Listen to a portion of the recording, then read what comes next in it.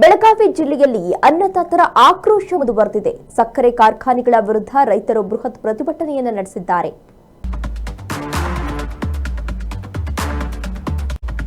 ಬೆಳಗಾವಿ ಜಿಲ್ಲೆಯಲ್ಲಿ ಅನ್ನದಾತರ ಆಕ್ರೋಶ ಮುಂದುವರೆದಿದೆ. ಸಾಕಷ್ಟು ಆಕ್ರೋಶವನ್ನು ವ್ಯಕ್ತಪಡಿಸ್ತಾ ಇದ್ದಾರೆ. ಸಕ್ಕರೆ ಕಾರ್ಖಾನೆಗಳ ವಿರುದ್ಧ ರೈತರು ಬೃಹತ್ ಪ್ರತಿಭಟನೆಯನ್ನು ನಡೆಸ್ತಾ ಇದ್ದಾರೆ. ಕಬ್ಬಿಗೆ ನಿಗದಿತ ಬೆಲೆ ಘೋಷಣೆಯನ್ನ ಮಾಡುವಂತೆ ರೈತರು ಪಟ್ಟು ಹಿಡಿದಿದ್ದಾರೆ. ನಿನ್ನೆಯಿಂದ ನಿರಂತರ ಧರಣಿಯನ್ನು ನಡೆಸ್ತಾ ಇದ್ದಾರೆ ಹೋರಾಟಗಾರರು ಹಾಗೂ ರೈತರು.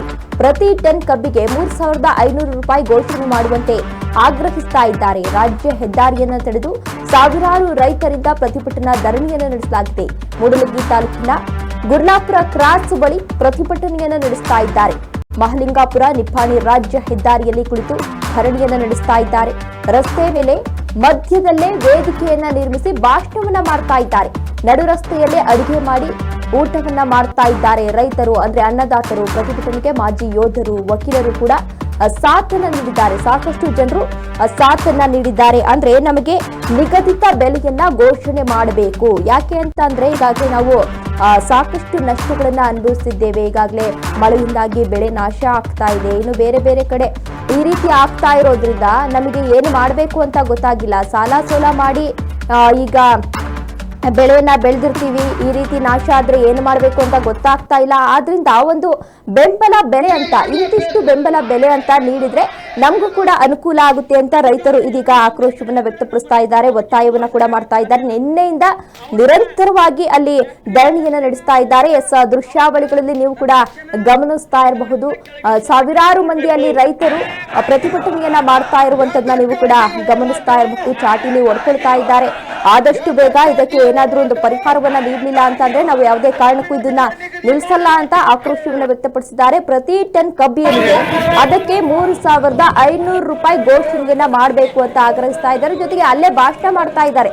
ಒಂದು ಸ್ಟೇಜ್ ತರ ಅವರೇ ನಿರ್ಮಾಣ ಮಾಡಿಕೊಂಡು ಭಾಷಣ ಮಾಡ್ತಾ ಇರುವಂತದನ್ನ ಕೂಡ ಗಮನಿಸ್ತಾ ಇರಬಹುದು. ಅದರ ಜೊತೆಗೆ ಅಲ್ಲೇ ಅಡಿಗೆ ಮಾಡಿಕೊಂಡು ಊಟ ಕೂಡ ಮಾಡ್ತಾ ಇದ್ದಾರೆ ರೈತರು. ಇನ್ನು ಮುನ್ನೆಚ್ಚರಿಕೆ ಕ್ರಮವಾಗಿ ಬಿಗಿ ಪೊಲೀಸ್ ಬಂದೋಬಸ್ತನ್ನ ಕೂಡ ನಿಯೋಜನೆಯನ್ನ ಮಾಡಲಾಗಿದೆ. ರಸ್ತೆಯ ಎರಡು ಪಕ್ಕ ಬ್ಯಾರಿಕೇಡ್ ಅನ್ನ ಅಳವಡಿಸಿ ಕೆಎಸ್ಆರ್ಪಿ ವಾಹನವನ್ನ ನಿಲ್ಲಿಸಿ ಪೊಲೀಸರು ಬಂದೋಬಸ್ತನ್ನ ನಿಯೋಜನೆಯನ್ನ ಮಾಡಿದ್ದಾರೆ. ಇನ್ನು ರೈತರ ಹೋರಾಟಕ್ಕೆ ಸುತ್ತಮುತ್ತಲಿನ ಗ್ರಾಮಸ್ಥರು ಕೂಡ ಬೆಂಬಲವನ್ನ ವ್ಯಕ್ತಪಡಿಸಿದ್ದಾರೆ. ಪ್ರತಿಭಟನಾ ನಿರತ ರೈತರಿಗೆ ರೊಟ್ಟಿ, ಅನ್ನ, ಧನ ಸಹಾಯವನ್ನ ಮಾಡ್ತಾ ಇದ್ದಾರೆ ಗ್ರಾಮಸ್ಥರು. ಪ್ರತಿ ಮನೆಯಿಂದ ಊಟಕ್ಕೆ 10 ರೊಟ್ಟಿಯನ್ನ ಕೊಡ್ತಾ ಇದ್ದಾರೆ ಗ್ರಾಮಸ್ಥರು ಎನ್ನುವ ಮಾಹಿತಿ ಸಿಗ್ತಾ ಇದೆ. ಅಲ್ಲಿ ಗಮನಿಸ್ತಾ ಇರಬಹುದು. ಅನ್ನದ ಜೊತೆಗೆ ರೊಟ್ಟಿನೂ ಕೂಡ ಕೊಟ್ಟಿದ್ದಾರೆ. ಕುಡಿಯುವ ನೀರಿನ ವ್ಯವಸ್ಥೆಯನ್ನ ಕೂಡ ಮಾಡಿದ್ದಾರೆ. ಆದಷ್ಟು ಬೇಗ ನಮಗೆ ಒಂದು ಬೆಂಬಲ ಬೆಲೆಯನ್ನ ಘೋಷಣೆ ಮಾಡಲಿಲ್ಲ ಅಂತ ಅಂದ್ರೆ ಮುಂದಿನ ದಿನಗಳಲ್ಲಿ ನಾವು ಉಗ್ರವಾಗಿ ಹೋರಾಟವನ್ನ ಮಾಡ್ತೀವಿ ಅಂತ ರೈತರು ಎಚ್ಚರಿಕೆಯನ್ನ ನೀಡಿದ್ದಾರೆ. ಜಿಲ್ಲಾ ಉಸ್ತುವಾರಿ ಅವರು ಕಬ್ಬಿನ ಬೆಲೆ ನಿಗದಿ ಘೋಷಣೆ ಮಾಡಲೇಬೇಕು. ಮಾನಿ 20ನೇ ತಾರೀಕು ಆರ್ಡರ್ ಹೆಂಗ್ ಪಾಸ್ ಮಾಡ್ಯಾರ ಗೊತ್ತೈತಿ ಹೇಳಣ್ಣ. ಇವತ್ತು ಏನು ಬೆಳಗಿನಿಂದ ಗುರ್ಲಾಪುರ ಸರ್ಕಲ್ ಅನ್ನು ಬಂದ್ ಮಾಡಿ ಈಗೂ ಕೂಡ ಪ್ರತಿಭಟನೆ ನಿರಂತರವಾಗಿ ಮುಂದುವರೆದೈತಿ. ನಾವು ಇಲ್ಲಿ ನಮ್ಮ ಜಿಲ್ಲಾ ಉಸ್ತುವಾರಿ ಇವರಾಗಿರ್ತಕ್ಕಂಥ ಸತೀಶ್ ಜಾರಕಿಹೊಳಿ ಅವರು ಬಂದು ಕಬ್ಬಿನ ಬಿಲ್ಲನ್ನ ಘೋಷಣೆ ಮಾಡಲೇಬೇಕು ಅನ್ನುವಂತ ಒತ್ತಾಯ ಕೂಡ ಇತ್ತು. ಲಕ್ಷ್ಮೀ ಹೆಬ್ಬಾಳ್ಕರ್ ಮೇಡಮ್ ಅವರು ಕೂಡ ಕಾರ್ಖಾನೆ ಐತಿ, ಅವರು ಒತ್ತಾಯ ಮಾಡಿದೀವಿ. ಪ್ರಭಾಕರ್ ಕೋರೆ ಅವ್ರಿಗೆ ಒತ್ತಾಯ ಮಾಡಿದೀವಿ. ಇಷ್ಟೆಲ್ಲ ಒತ್ತಾಯ ಮಾಡ್ರು ಕೂಡ ಯಾರು ಕಾರ್ಖಾನೆ ಮಾಲೀಕರ ಇವತ್ತೆಲ್ಲರೂ ಕೂಡ ಜನಪ್ರತಿನಿಧಿಗಳದಾರ. ಕತ್ತಿಯವರು ಇರ್ಬೋದು, ನಿರಾಣಿ ಇರ್ಬೋದು, ಎಲ್ಲರೂ ಕೂಡ ಜನಪ್ರತಿನಿಧಿಗಳದಾರು. ಈ ಜನರಿಂದ ಚುನಾವಣೆ ಒಳಗೆ ಅಧಿಕಾರ ಹಿಡಿದವ್ರದಾರು. ಇವತ್ತು ಸಾವಿರಾರು ಕೋಟಿ ರೂಪಾಯಿ ಒಡೆಯರು ಕೂಡ ಅದಾರ. ನಾವೇನು ಅವ್ರನ್ನ ಭಿಕ್ಷಾ ಕೇಳ್ತಾ ಇಲ್ಲ.